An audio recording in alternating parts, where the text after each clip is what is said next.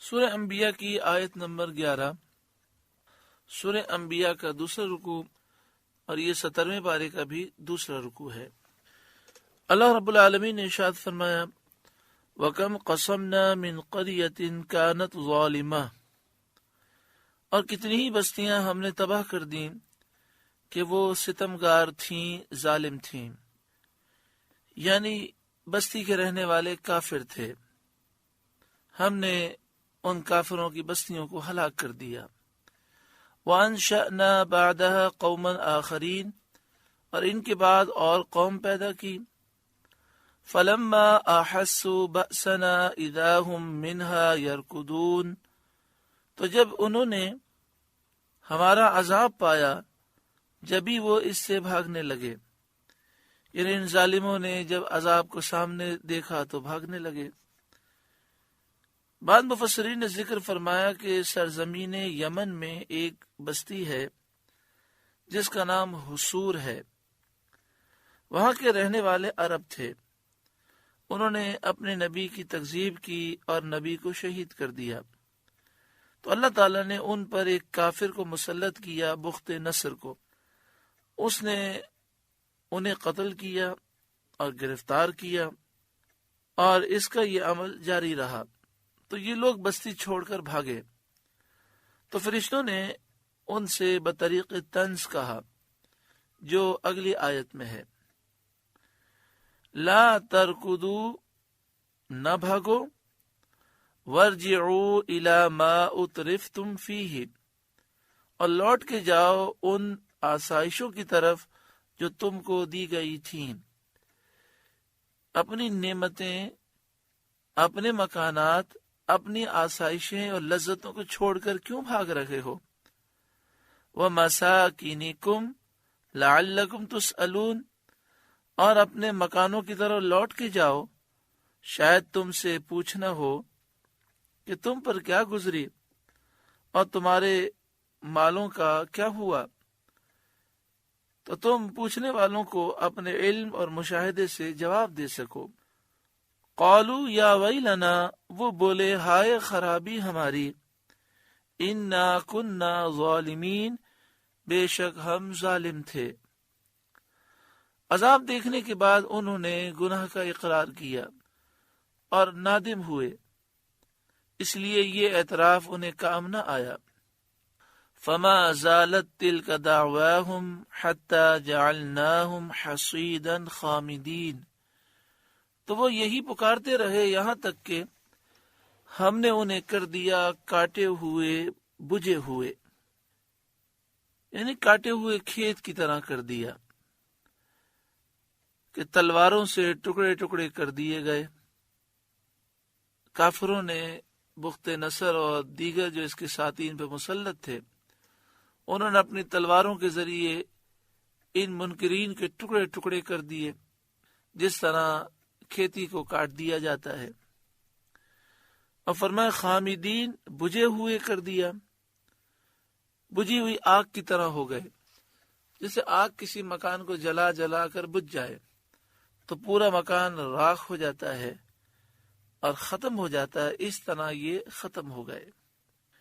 یہاں پر دیکھیں کہ جب کوئی قوم اللہ تعالیٰ کی نافرمانی کرے اور اس کے محبوب صلی اللہ علیہ وآلہ وسلم اور دیگر انبیاء کی تکذیب کرے، گناہوں بھری زندگی گزارے، تو اس پر اللہ کا عذاب آتا ہے، اور اس کی ایک صورت یہ ہوتی ہے کہ اس پر دشمن مسلط ہو جاتے ہیں۔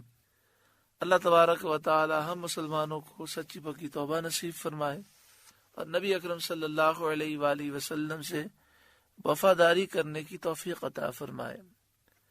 ایک مسلمان کے لیے ضروری یہ ہے کہ جب بھی نبی اکرم صلی اللہ علیہ وآلہ وسلم کی گستاخی ہو تو وہ اس کا رد کرے، اور جو محافظین ناموس رسالت ہیں ان کی وہ تائید کرے۔ ایسے موقع پر خاموش رہنا یہ تباہی کا باعث ہوتا ہے۔ ناموس رسالت کے مسئلے کو اگر نہ سمجھا جائے اور اس پر توجہ نہ دی جائے تو نہ ملک بچتا ہے، نہ مکانات بچتے ہیں، نہ خود ہماری جانیں بچتی ہیں۔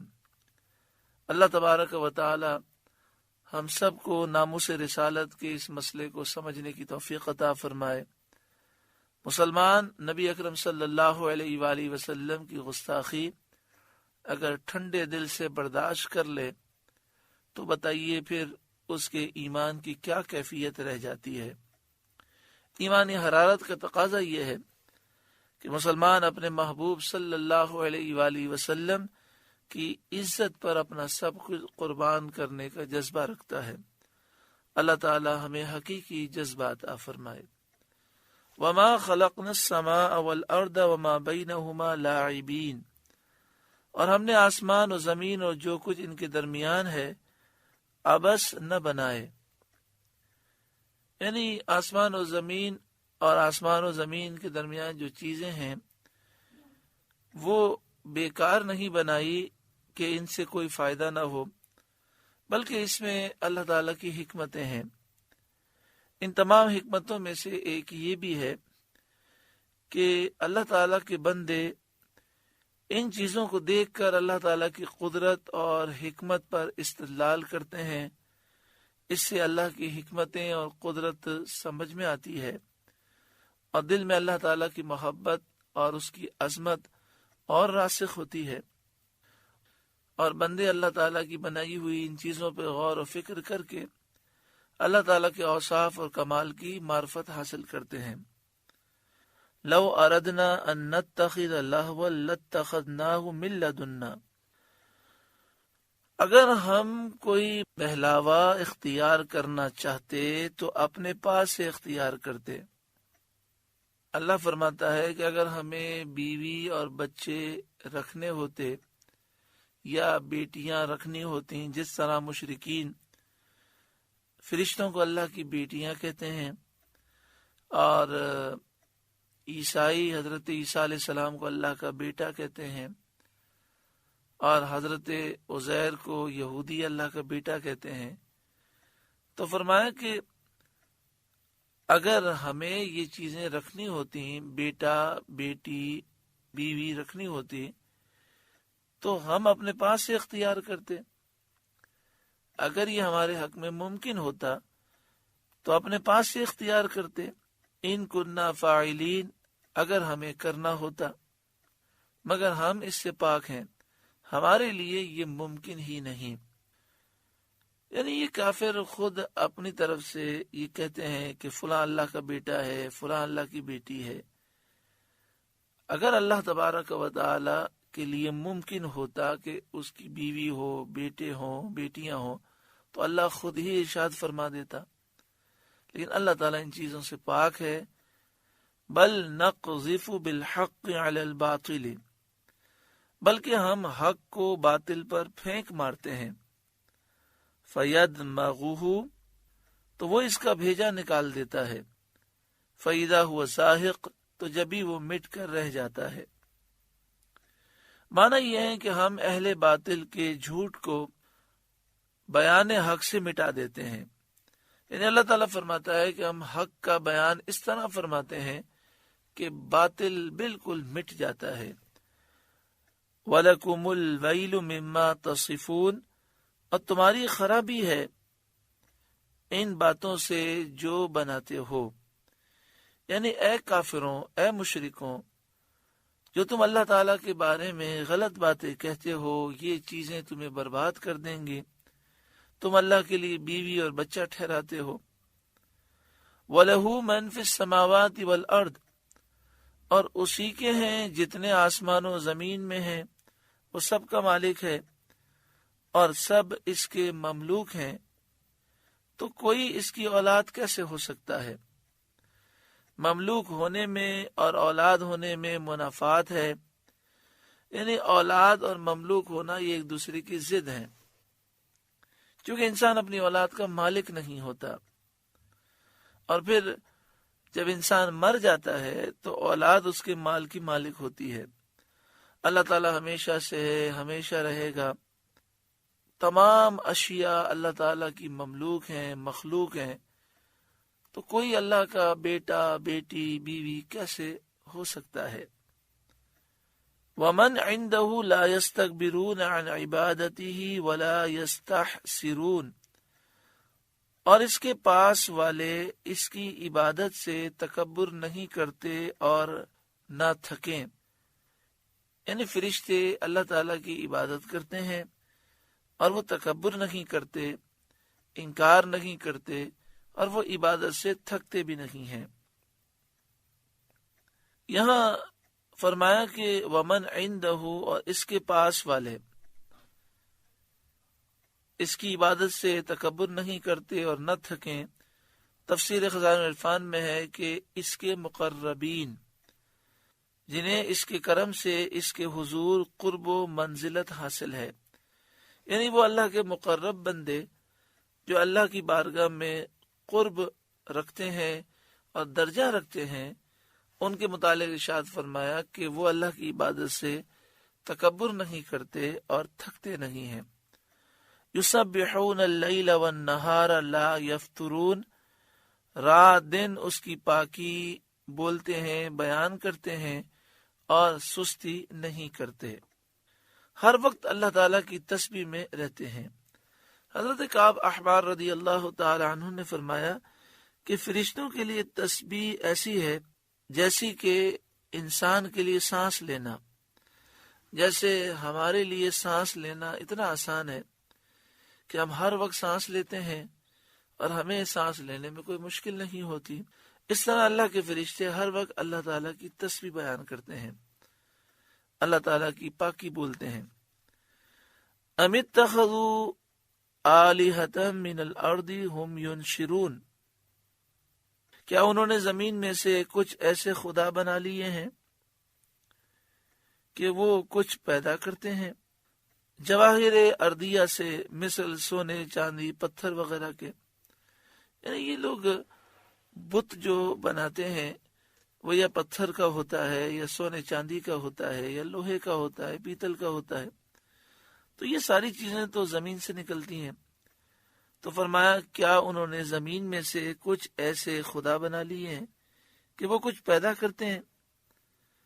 ایسا تو نہیں ہے، اور یہ ہو بھی نہیں سکتا. جو خود بے جان ہو وہ کسی کو جان کیسے دے سکے گا؟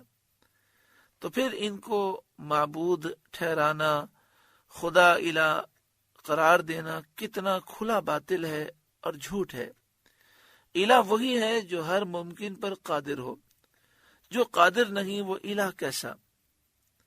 لو کان فیہما آلہۃ الا اللہ، اگر آسمان و زمین میں اللہ کے سوا اور خدا ہوتے، لفسدتا، تو ضرور وہ تباہ ہو جاتے.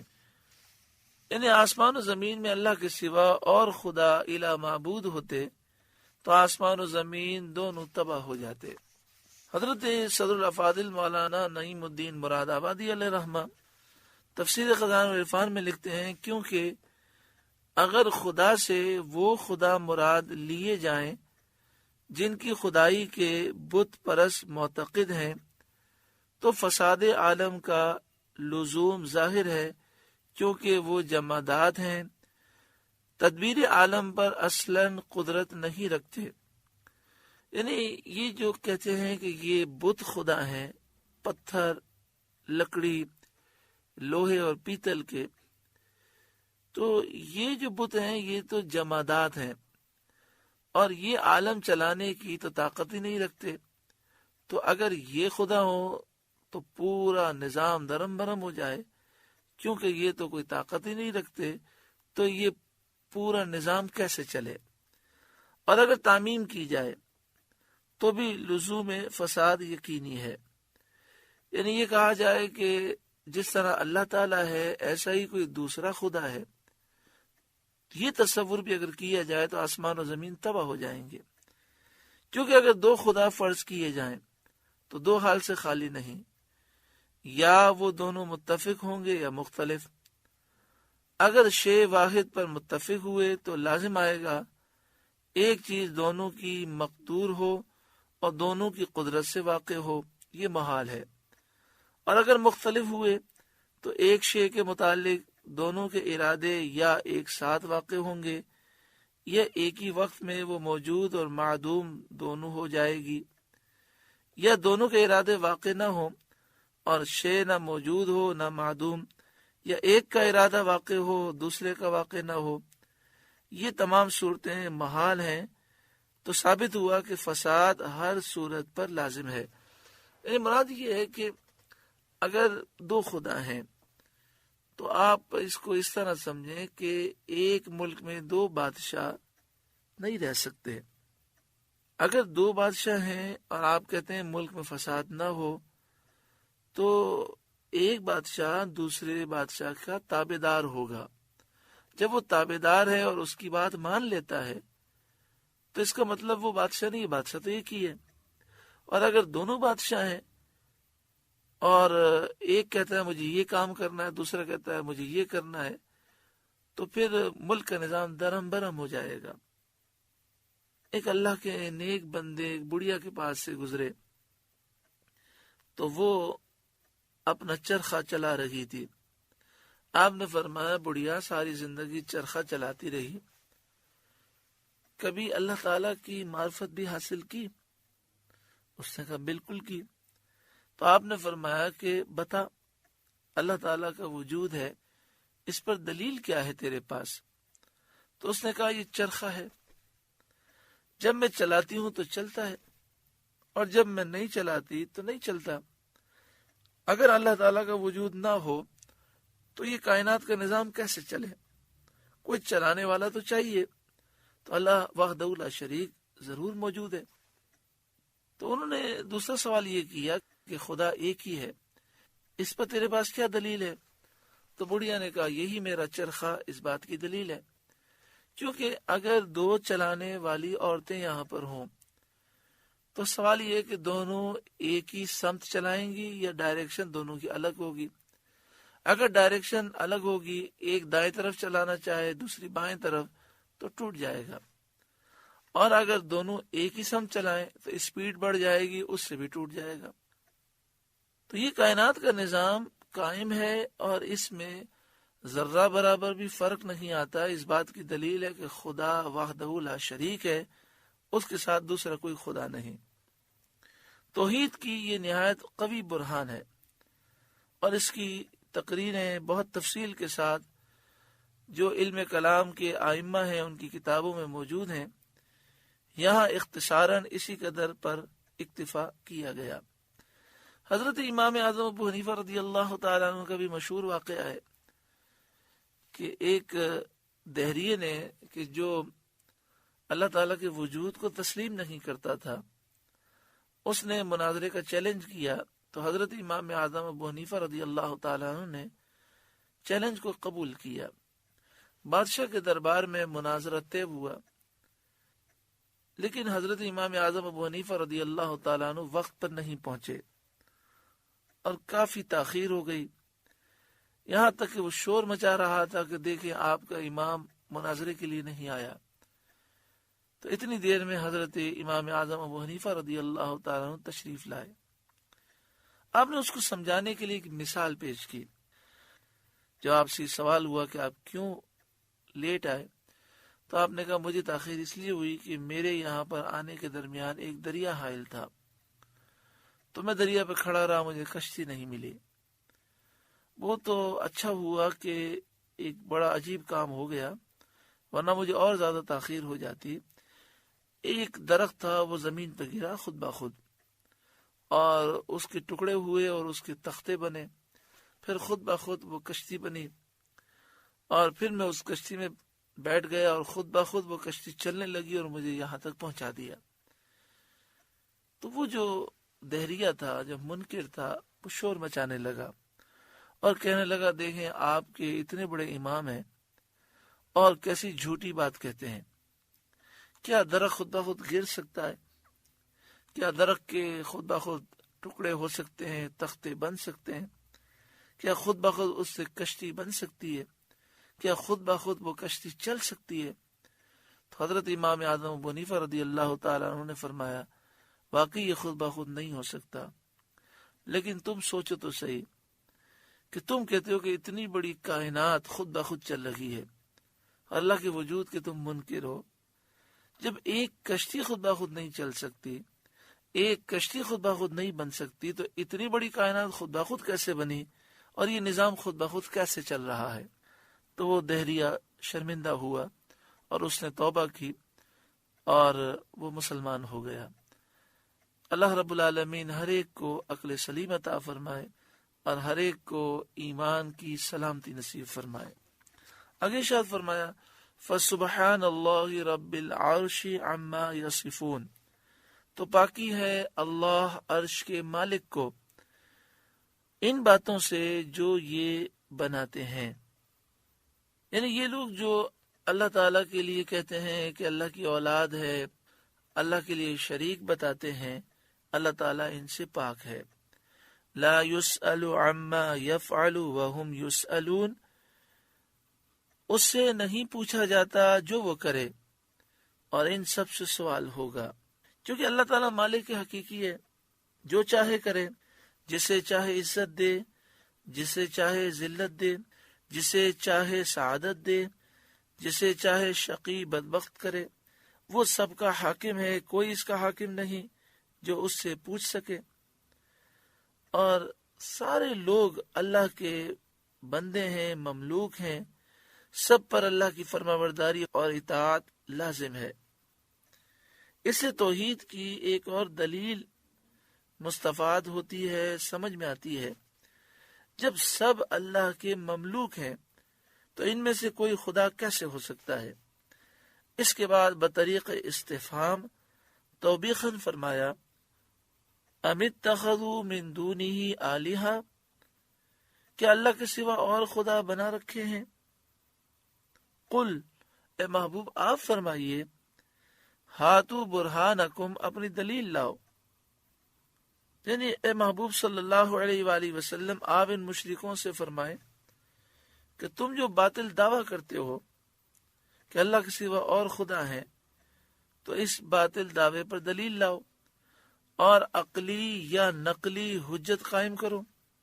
مگر نہ کوئی دلیل عقلی لا سکتے ہو، جیسا کہ دلائل مذکورہ سے ظاہر ہو چکا، اور نہ کوئی دلیل نقلی پیش کر سکتے ہو کہ تم کہو کہ فلاں آسمانی کتاب میں یہ بات لکھی تھی۔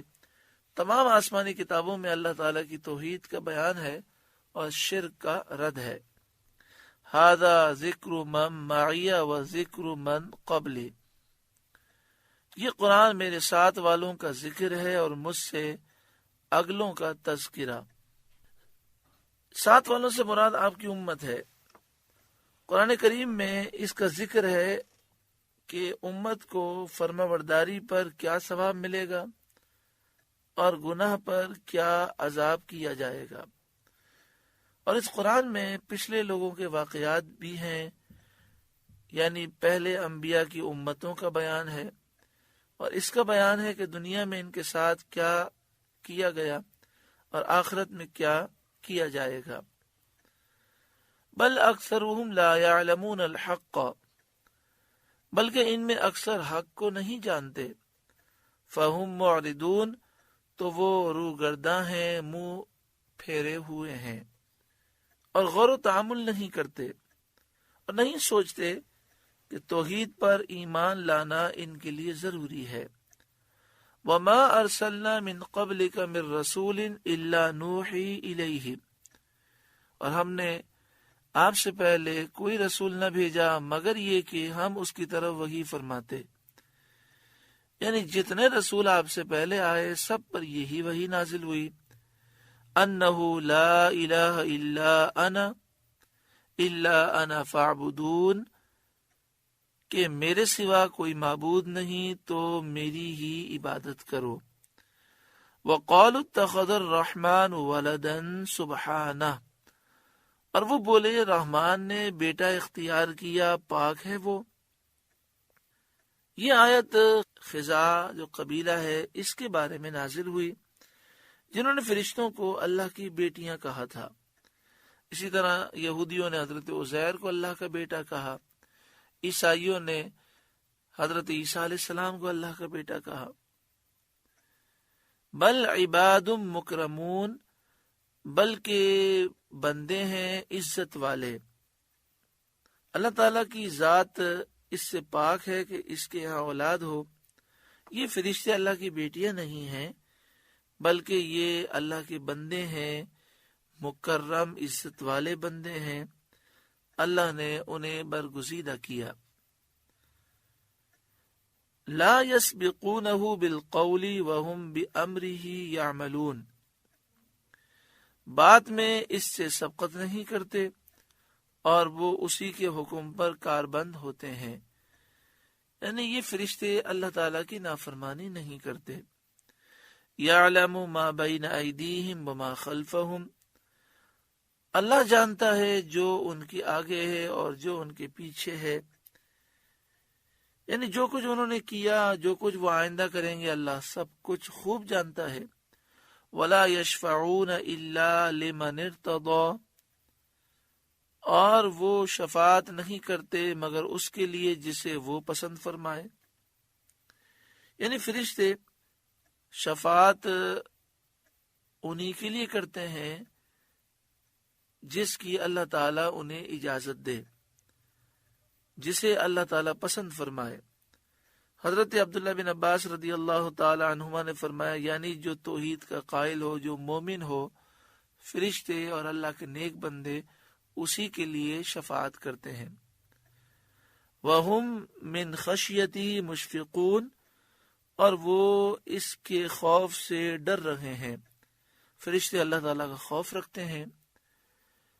وَمَن يَقُلْ مِنْهُمْ انی الہ من دونہ فذلک نجزیہ جہنم، اور ان میں جو کوئی کہے کہ میں اللہ کے سوا معبود ہوں تو اسے ہم جہنم کی جزا دیں گے۔ یہ کہنے والا ابلیس ہے جو اپنی پوجا کی دعوت دیتا ہے۔ فرشتوں میں کوئی ایسا نہیں جو یہ کلمہ کہے، اور ابلیس کے بارے میں صحیح تحقیق یہی ہے کہ وہ فرشتہ نہیں ہے۔ کذالک نجزی الظالمین، ہم ایسی ہی سزا دیتے ہیں ظالموں کو۔ اللہ اللہ اللہ